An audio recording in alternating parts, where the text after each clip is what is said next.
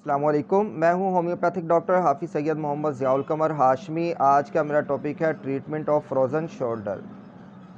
Winter season start होते ही patients की जो तादाद है वो बढ़ जाती है। फ्रोज़न शोल्डर पेन जो है वो शुरू हो जाता है। ये फ्रोज़न शोल्डर होता क्या है? फ्रोज़न मैनी जमा हुआ और शोल्डर कंधा। हमारे कंधे में किसी भी वजह से अगर कोई इन्फेक्शन इन्फ्लामेशन आ गई है तो वो हमारे कंधे में दर्द होना शुरू हो जाती है और जम जाता है। मूवमेंट जो है बिल्कुल उसकी ख़त्म हो जाती है। तो कई तरीक़ों के साथ इसका इलाज किया जाता है। एलोपैथी के अंदर जो हैं वो एलोपैथी डॉक्टर जो हैं पेन किलर्स के थ्रू इसे ठीक करने की कोशिश करते हैं। फिर इसके इंजेक्शंस देते हैं, लगाते हैं, पीने के लिए देते हैं और फिर अगर फिर भी ठीक ना हो तो फिर इसकी सर्जरी की तरफ जाते हैं।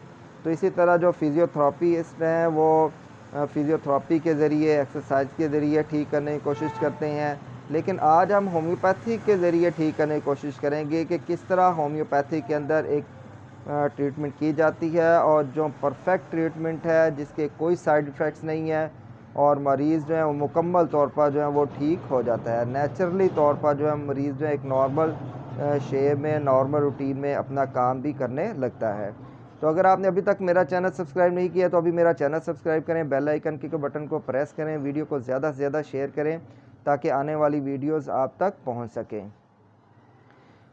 फ्रोज़न शोल्डर पेन जो है इसकी एक एग्जांपल लेते हैं कि जैसे एक पानी की बोतल है, पानी की बोतल लें खाली, उसके अंदर आप पानी डाल लें और उसे मूव करें ज़रा, वो पानी आपको अंदर मूव करता नज़र आएगा। या किसी गिलास में आप पानी डाल लें, उसे हिला के देखें तो पानी जो है ऊपर नीचे जाएगा।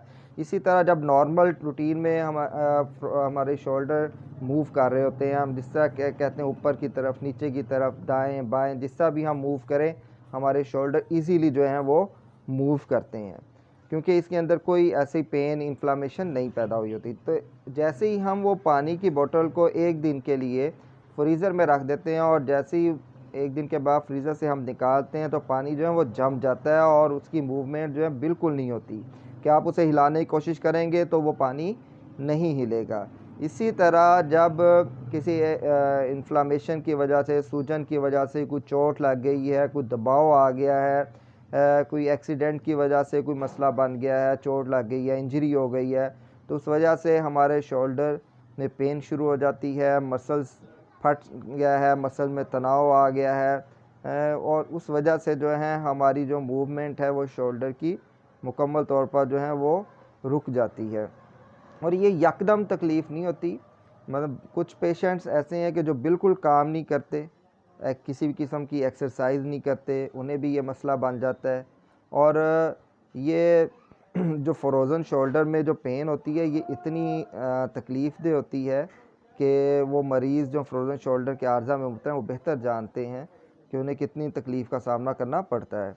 तो सर्दियों में तो बहुत ज़्यादा जो है वो तकलीफ़ शुरू हो जाती है और क्योंकि ठंड भी होती है और उस इन्फ्लामेशन भी, सूजन भी पैदा हुई होती है शोल्डर में, तो वो डबल तकलीफ़ हो जाती है कि एक ठंड की वजह से भी और एक मरीज़ को पहले से भी वो आर्ज़ा में मुब्तला है।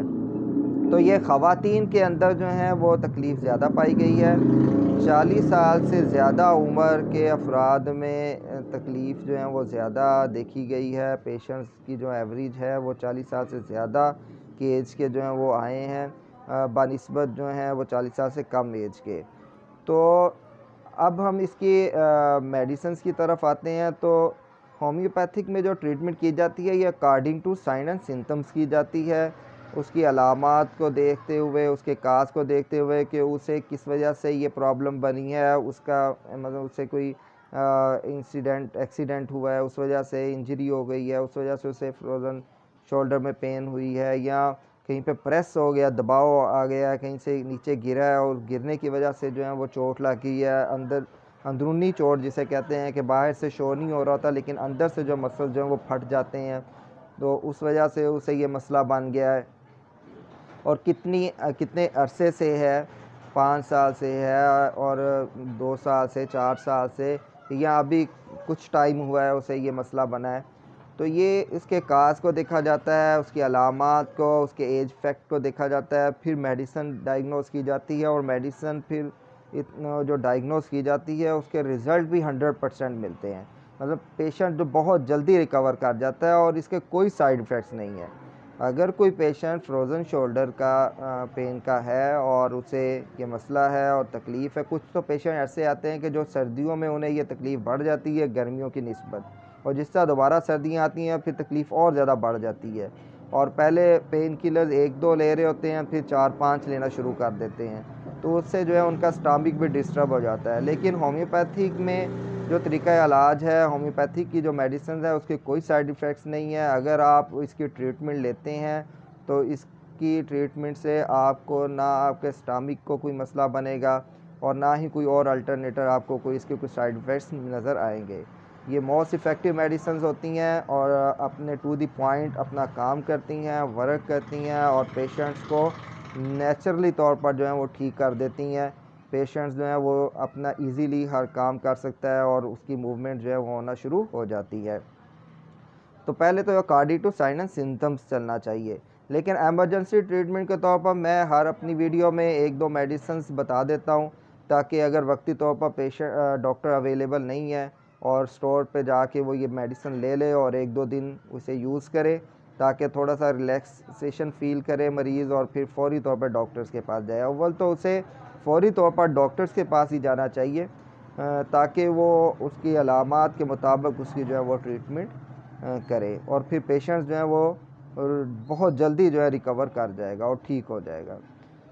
तो पहली मेडिसिन है आर्निका 200, दूसरी मेडिसिन है रूटा 200। ये आप 30 ml CH पोटेंसी में ले लें। बोतल में 30 ml की बोतल होती है। आपको लोकल मसूद, डॉक्टर ज़िया या फ़ारान और मुख्तलिफ़ ब्रांड्स कंपनीज़ की जो आपको मिल जाएंगी। और अगर आप जर्मन की लें तो वो ज़्यादा इफ़ेक्टिव है। जर्मन की आपको बहुत ज़्यादा जल्दी उसकी जो है वो असरात आप पे मुरतब होंगे। और वो शुआबे में आपको 10 ml की 30 पोटेंसी में आपको बोतल मिलेगी। वो 2 पोटेंसी आप ले लें, रूटा और आर्निका, इन दोनों को आप मिला लें एक बोतल के अंदर, और मिलाने के बाद आप इसके 2 बूंद डायरेक्ट सुबह और रात को पिएं। अगर तकलीफ़ ज़्यादा है तो दोपहर में भी आप इसे इस्तेमाल कर सकते हैं। और इसके साथ एक ऑयल है, एक चंद होम्योपैथिक मेडिसिन का कम्बिनेशन तैयार किया है ज़ैतुर्राहा के नाम से। वो ज़ैतुर्राहा और ज़ैतुर्राहा प्लस वो according to sign and symptoms भी हम देते हैं। मेरे क्लिनिक्स पे भी अवेलेबल है, आप मंगवा सकते हैं और वो ऑनलाइन भी जो है वो आपको मिल जाएगा। तो उसका इस्तेमाल करें, उसके चंद कतरे आप शोल्डर पर गिराएं और उसका मसाज करें। वो अंदर जज़ब होकर जो है वो आपको अंदर से भी ठीक करेगा। उसके कोई साइड इफ़ेक्ट्स नहीं है। प्योर होम्योपैथिक मेडिसिन का कम्बिनेशन है। 2-3 मेडिसिन को आपस में मिला के वो कम्बिनेशन जो है तैयार किया गया है। तो मैंने डिस्क्रिप्शन पे अपना नंबर भी दे दिया है। अगर कोई पेशेंट्स जो है वो ऑनलाइन ट्रीटमेंट लेना चाहता है, क्योंकि मैं ऑनलाइन ट्रीटमेंट करता हूँ अल्हम्दुलिल्लाह। मेरे पेशेंट पाकिस्तान में भी हैं और फ़ॉरेन्स भी हैं। पाकिस्तान में आप कहीं भी किसी भी जगह पे रहते हैं तो आपकी मेडिसिन भी आप तक पहुंच जाएगी और ऑनलाइन ट्रीटमेंट भी आप इजीली ले सकते हैं। और अगर आप फ़ॉरेन्स में कहीं भी किसी भी जगह पे रहते हैं, कुछ पेशेंट्स तो ऐसे मेरे पास आए हैं कि जो फ़ॉरेन्स में रहते हैं और मगर उनके कोई रिलेटिव्स पाकिस्तान में हैं और उनका आना जाना लगा रहता है, उसके थ्रू मेडिसिन वहाँ तक पहुँच जाती है।